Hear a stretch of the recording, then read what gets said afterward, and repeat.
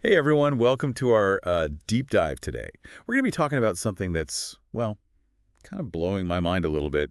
We're calling it AI self-improvement. Yeah, AI self-improvement. Yeah, Catchy, right? definitely catchy. But seriously, have you ever thought about like AI getting better at what it does, but without us humans, like constantly having to step in and reprogram it or whatever? It's wild, isn't it? Like the idea that we could create something that can actually learn and grow on its own. Yeah, and the excerpt we've got here, How AI Improves Itself, really digs into that. It talks about how this stuff is already happening, with self-driving cars and things. Yeah, self-driving cars are a great example. A lot of the progress they've made is thanks to this thing called machine learning. Yeah, machine learning. I hear that term everywhere these days. Right. It's Yeah. basically the engine behind a lot of the really cool AI stuff we're seeing. So instead of programming AI with like rigid rules, we give it algorithms that can learn from data. So instead of telling the car, okay, turn left at the stop sign, we're basically saying, here's a ton of data about driving, figure it out. Exactly. And the more data it gets, the better it becomes at driving. It's kind of like how we humans learn from experience, right? The more we do something, the better we get at it. Right, right. But AI can crunch way more data than we can. Oh, absolutely. Like exponentially more. And the crazy thing is, there are different ways AI can learn, each with its own like strengths and weaknesses. One way is called supervised learning. It's kind of like, think of flashcards. Flashcards. Okay, I'm listening. So you show the AI a bunch of labeled examples, like let's say pictures of stop signs, and you tell it this is a stop sign, and it learns to recognize them. That's supervised learning. So that's how a self-driving car can actually see and understand what a stop sign is.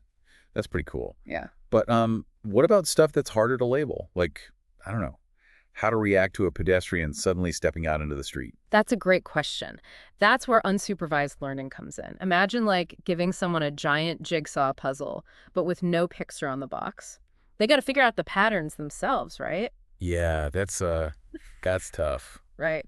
Well, unsupervised learning is kind of like that for AI. It has to find patterns in the data on its own without those neat labels.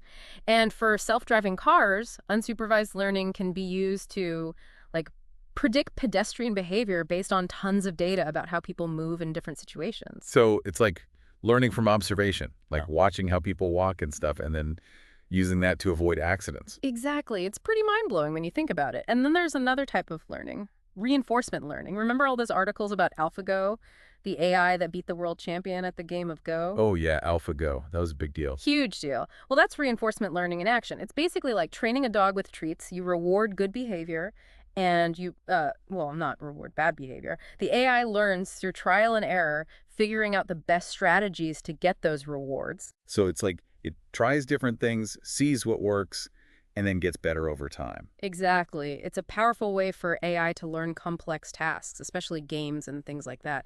And then, of course, there are neural Oh, networks. neural networks. That sounds complicated. Well, they are complex, but the basic idea is pretty cool. Think of them like simplified versions of the human brain. They're networks of interconnected nodes, and each node processes information and passes it along. And when we have lots and lots of layers in these networks, that's what we call deep learning. Deep learning. It's like taking those neural networks and making them even more, I don't know, powerful. Exactly. And that's where things get really interesting because deep learning is behind a lot of the like really incredible breakthroughs in AI these days. Like what? Give me some examples. Well, think about those articles on AI being used to diagnose diseases, like analyzing medical images and stuff. Oh yeah, I read that AI can sometimes be even more accurate than human doctors in some cases, which is kind of freaky. Yeah, it is kind of freaky. But it's also pretty amazing, right? Yeah. And that's largely thanks to deep learning. It allows AI to analyze those images with incredible accuracy, which can, potentially save lives. That's pretty powerful stuff. But I'm guessing you can't train these systems without, like, a ton of data. You're absolutely right. Data is the fuel for AI, especially for deep learning. The more data you feed it, the better it learns. But there's a catch. It's not just about quantity, it's about quality, too. Fine. Garbage in, garbage out, as they say. Exactly. If you feed the AI bad data, it's going to learn the wrong things. And that's why the excerpt mentions something called fine-tuning. Fine-tuning. What's that? Okay, so imagine you have a star student, right? They've aced all their classes, they're top of their game, but then you want them to specialize in a particular area, so you give them some extra targeted training, right? Yeah, I get it. Well, fine-tuning is kind of like that for AI. You take a pre-trained model that's already learned a ton from a massive data set, and then you fine-tune it with a smaller, more specific data set for a particular task. So you're taking a general AI and turning it into an expert on, say, detecting a specific type of cancer cell in medical images. You got it. That's fine-tuning. It's a really efficient way to leverage the power of these massive AI models for specific applications. So we've got different ways AI can learn: supervised, unsupervised, reinforcement learning, and then we've got neural networks and deep learning.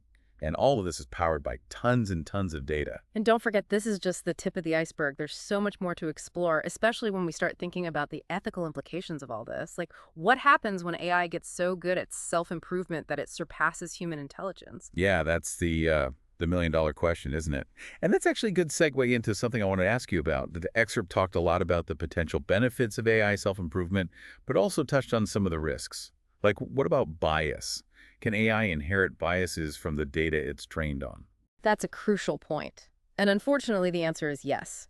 If the data used to train an AI system contains biases like gender or racial biases, the AI can actually learn and perpetuate those biases. It's a huge concern. Yeah, I can see how that could be a problem. Like, what if an AI system used to screen job applicants is trained on data that reflects existing gender imbalances in a particular industry? Exactly. It could end up recommending mostly male candidates, even if there are equally qualified female candidates. That's why it's so important to be aware of these potential biases and to work on developing AI systems that are fair and unbiased. So it's not just about making AI smarter, it's about making it smarter in a way that's beneficial and ethical for everyone. Absolutely. And that's where things get even more complex, because then we have to ask, okay, whose ethics are we talking about? Who gets to decide what's beneficial and what's not? That's a big question. And it's not one with an easy answer. I mean, we have different cultures, different values, different beliefs all over the world. How do we create AI systems that respect all of that diversity? It's a challenge, for sure, but it's one we need to tackle head on. Because as AI becomes more powerful, these ethical considerations are only going to become more important.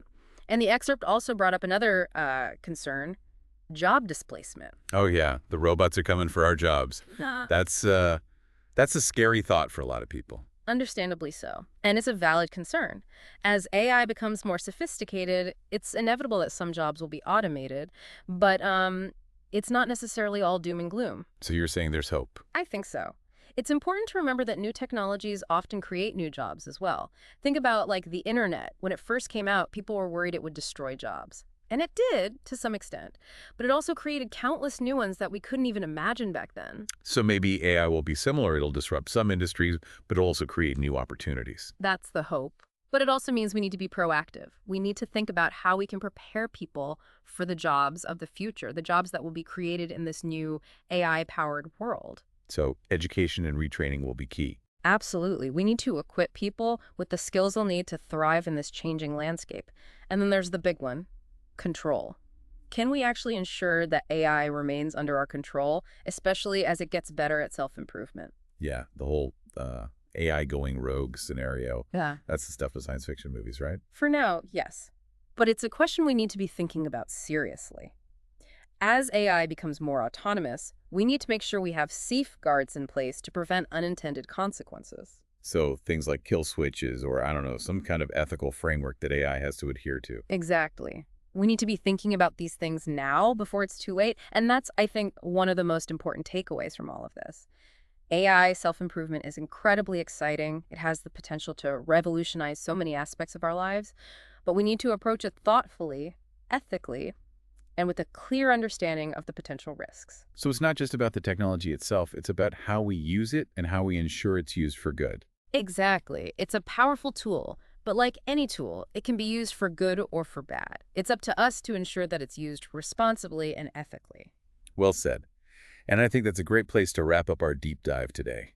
We've covered a lot of ground, from machine learning and neural networks to the ethical considerations and potential risks of AI self-improvement. And as we move forward into this increasingly AI-driven world, it's a conversation we need to keep having. Absolutely. So to our listeners out there, we've only just scratched the surface here. We encourage you to dig deeper into this topic, to explore the sources we've provided, and to really think about the implications of AI self-improvement for your own life.